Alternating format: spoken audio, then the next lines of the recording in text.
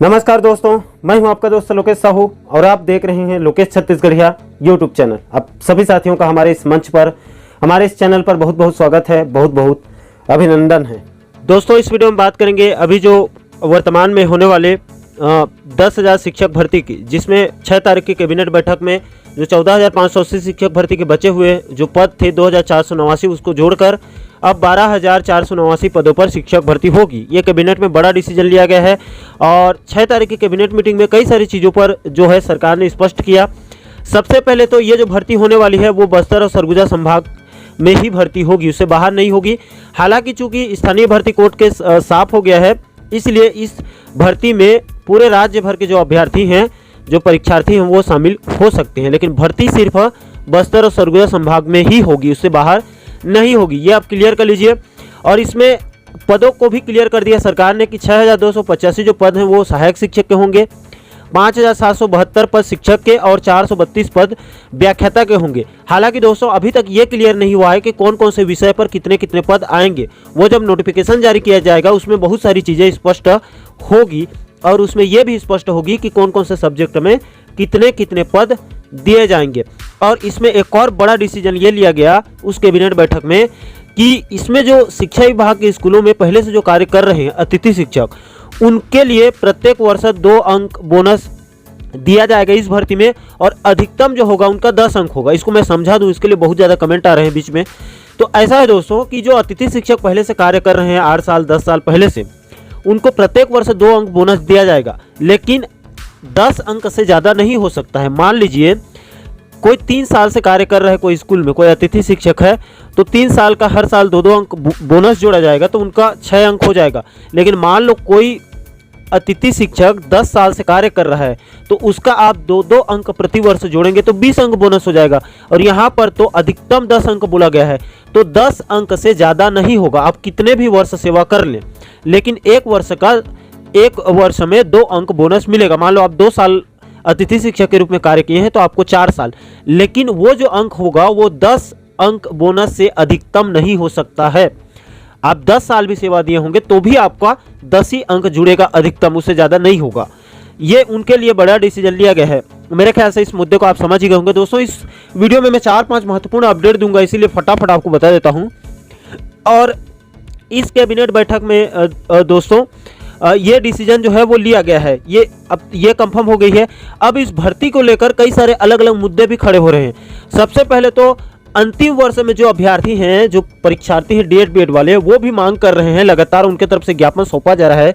इस टॉपिक पर मैं पहले ही 2-3 वीडियो बना चुका हूं कि वो भी मांग कर रहे हैं कि उनको भी इस भर्ती में शामिल किया जाए, क्योंकि अगर उनको इस भर्ती में शामिल नहीं किया गया तो फिर आने वाला ये भर्ती अब 4-5 साल मानकर चलिए लंबा खींचेगा, और उसके बाद इन लोगों का जो कोर्स है वो साल भर के अंदर 6 महीने के अंदर इनका रिजल्ट आ जाएगा, ऐसा कहा जा रहा है इनके तरफ से। तो उसके बाद ये बेचारे 4-5 साल खाली बैठ जाएंगे। उसके बाद फिर अब कब नई भर्ती होगी ये कोई गारंटी नहीं है।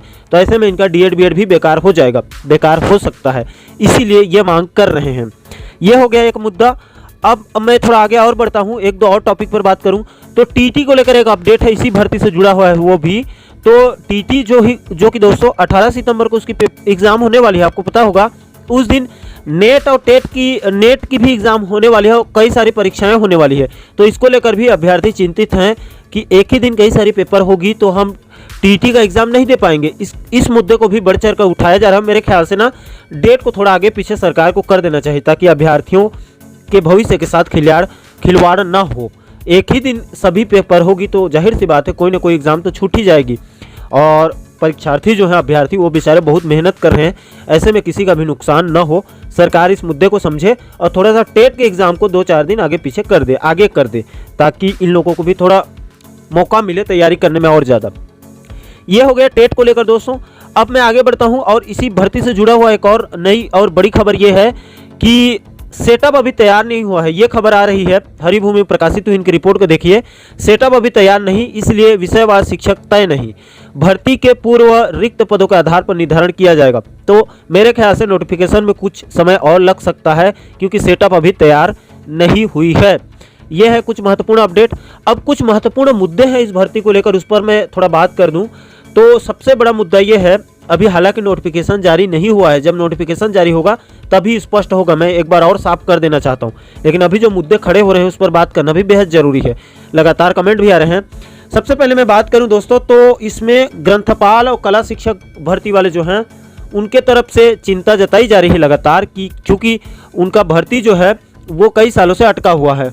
कला वालों का लगभग मेरे ख्याल से 11-12 साल हो चुके हैं, भर्ती नहीं आई है नियमित भर्ती, और ग्रंथपाल वालों का तो और लंबा हो चुका है। तो मांग की जा रही लगातार कि उनको भी मौका मिले। लेकिन इसमें भी मैं साफ कर दूं, जब नोटिफिकेशन जारी होगा तभी ये साफ हो पाएगा।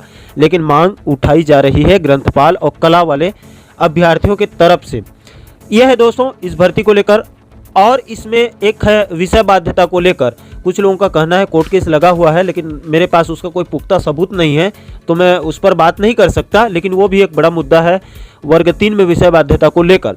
और इसमें दोस्तों एक और नया मुद्दा ये आया है, मैं इसको भी बता दूं आपको, किसी ने भेजा है और ये चल भी रहा है ग्रुप वगैरह में कला वालों के लिए। इसमें बताया गया, देखिए मैं उन्हीं की भाषा में थोड़ा पढ़कर आपको बता दूं ताकि समझ आए। अभी 12,489 भर्ती को होने वाली है। इसमें 8 सब्जेक्ट के वर्ग 2 में हिंदी, लिटरेचर और सोशल साइंस का पोस्ट भी आने वाला है। तो हम सब के लिए बहुत बड़ी खुशी की बात है, हम सब दोनों सब्जेक्ट में एग्जाम दे सकते हैं। पर सभी साथियों याद रखना होगा कि अगर इसका एग्जाम एक ही दिन एक ही पाली में होता है तो हम सब के लिए बहुत ही नुकसान होगा। जहां तक सबको पता है, हम आर्ट वाले ये दोनों सब्जेक्ट में अपना यूजी कंप्लीट किए हुए हैं और स्नातक में ये 2 सब्जेक्ट सब लेके पढ़ते हैं, इसलिए हमें दोनों एग्जाम में बैठना है। अगर ऐसा नहीं हुआ तो हमें एक सब्जेक्ट से में वंचित होना पड़ेगा। आप सब साथियों से मेरा निवेदन है कि विज्ञापन जैसे आएगा और उसमें एग्जाम डेट दोनों सब्जेक्ट का एक ही दिन होगा तो आप सब साथी ऑब्जेक्शंस लगाने के लिए तैयार रहें। एक ही दिन एग्ज़ाम हुआ तो हम सब एक ही एग्ज़ाम में बैठ पाएंगे, इसलिए थोड़ा सतर्क रहें। यानी कि इनका कहना है, इनका मुद्दा है कि हिंदी, लिटरेचर और सोशल साइंस दोनों का भी आने वाला है, ऐसा कहा जा रहा है। तो अगर दोनों का एक ही पाली में एग्ज़ाम हुआ एक ही समय में, तो ये दोनों एग्ज़ाम, भाई एक आदमी 2 सब्जेक्ट में एक समय में कैसे एग्ज़ाम देगा? एक ही टाइम में वो एक ही सब्जेक्ट का दे सकता है, तो ऐसे में इन लोगों को वंचित होना पड़ सकता है, ये कला वालों को। तो इसीलिए ये भी कह रहे हैं कि जैसे नोटिफिकेशन आएगा तो इसमें सतर्क रहिए और इसका ये लोग ऑब्जेक्शन उठाएंगे अगर एक ही समय में हो गया तो। ये भी एक बड़ा मसला है जो सामने निकल कर आ रहा है। अब इन सभी अपडेट का और इस भर्ती को लेकर अब सुगबुगाहट भी चल रही है, कई सारे मुद्दे हैं और भी मुद्दे होंगे जो शायद मेरे से छूट गए होंगे, वो आप कमेंट करके मुझे बताइए। अब डर ये है कि कहीं कोर्ट केस ना लग जाए, क्योंकि अब कोर्ट जाने की भी तैयारी है इन 4-5 मुद्दों को लेकर, और भी अलग अलग मुद्दे हो सकते हैं उन सभी को लेकर। देखिए दोस्तों, मैं एक बात साफ कर दूं कि बहुत लंबे अरसों के बाद ये भर्ती आ रही है, तो ऐसे में मेरी हार्दिक इच्छा है कि बेरोजगार साथियों को उनका हक मिले। लेकिन इसमें आप किसी को रोक भी नहीं सकते। अगर किसी के अधिकार का हनन हो रहा है या किसी को लग रहा है उनके साथ गलत हो रहा है तो वो कोर्ट जाएंगे निश्चित तौर पे, उनको नहीं रोका जा सकता, क्योंकि सबका संवैधानिक अधिकार है, लोकतांत्रिक अधिकार है, सबको कोर्ट की शरण लेने का भी अधिकार है। ऐसे में दोस्तों किसी को मना भी नहीं किया जा सकता। और जाहिर सी बात है, इन मुद्दों को लेकर अगर बिलासपुर हाई कोर्ट का कोई दरवाज़ा खटखटा दे तो निश्चित तौर पे स्टे लगना तो तय है। बहुत सारे लोगों का डर यह भी है कि कहीं भर्ती ना रद्द हो जाए, क्योंकि आपको पता होगा बिजली विभाग में लाइनमैन के 1500 के पदों पर, शायद आसपास के पदों पर एक बार भर्ती आई थी, इसमें भी बोनस अंक वाला मामला जुड़ा हुआ था, तो बिलासपुर हाईकोर्ट ने पूरी भर्ती को रद्द कर दी थी। तो ऐसे में कहीं सरकार की कोई अगर चाल होगी तो निश्चित तौर पे भर्ती लटक जाएगी और मामला हाईकोर्ट पहुंचा तो हाईकोर्ट जो है वो तुरंत स्टे देगा, उसमें कोई दो मत की राय नहीं है। ये हम स्थानीय भर्ती कोर्ट के कई भर्तियों में अब तक देख चुके हैं। तो बिलासपुर हाईकोर्ट पहुंचा तो मामला फंस सकता है दोस्तों। सीधे सीधे तो भर्ती निरस्त कह देना ये अभी जल्दबाजी होगी, लेकिन स्टे लगना तय है और इन 4-5 मुद्दों पर लंबी बहस चलेगी, भर्ती काफ़ी लंबी हो जाएगी, क्योंकि भर्ती विज्ञापन आने के बाद और कई सारे मुद्दे खड़े होंगे। अभी जब विज्ञापन जारी ही नहीं हुआ है तो इतने सारे विवाद सामने आ गए हैं, तो जब नोटिफिकेशन जारी होगा तो आप कल्पना कर सकते हैं। और सरकार की मंशा अगर लटकाने की होगी तो जाहिर सी बात है वो जब नोटिफिकेशन जारी करेगी तो उसमें 2-3 मुद्दों पर वो खुद फंसाएगी। और भर्ती आने से पहले 4-5 मुद्दों पर पेच फंस रहा है, ऐसे में 8-9 मुद्दे होंगे, हाई कोर्ट जाएंगे। और आप समझ सकते हैं एक स्थानीय भर्ती 2-3 साल खींच गया था, तो अगर 8-9 मुद्दे पर केस लगेगी तो आप भर्ती को हाल फिलहाल में भूल जाइए।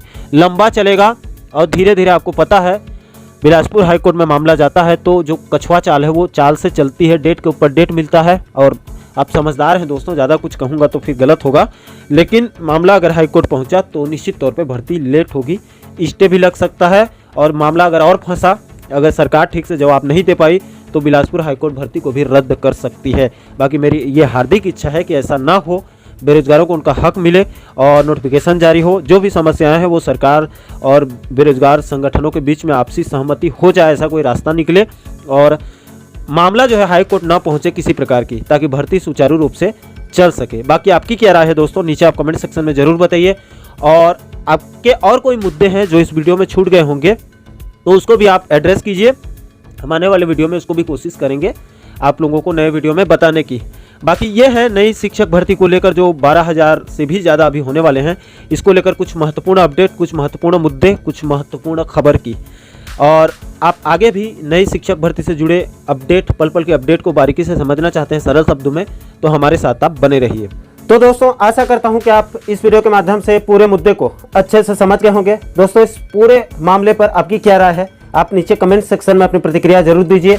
और आप आगे भी डीए, एचआरए, प्रमोशन, वेतन विसंगति, ट्रांसफर के साथ साथ प्रदेश के और भी बाकी महत्वपूर्ण मुद्दों पर वीडियो देखना चाहते हैं तो हमारे चैनल को आप सब्सक्राइब जरूर करें, ताकि हमारे सभी नए वीडियो का नोटिफिकेशन आप लोगों तक तुरंत पहुंच सके। दोस्तों इस वीडियो में फिलहाल अभी के लिए इतना ही, मुझे दीजिए इजाजत। मैं मिलता हूं आपसे एक और महत्वपूर्ण मुद्दे के साथ, महत्वपूर्ण टॉपिक के साथ। तब तक के लिए जय हिंद, जय छत्तीसगढ़।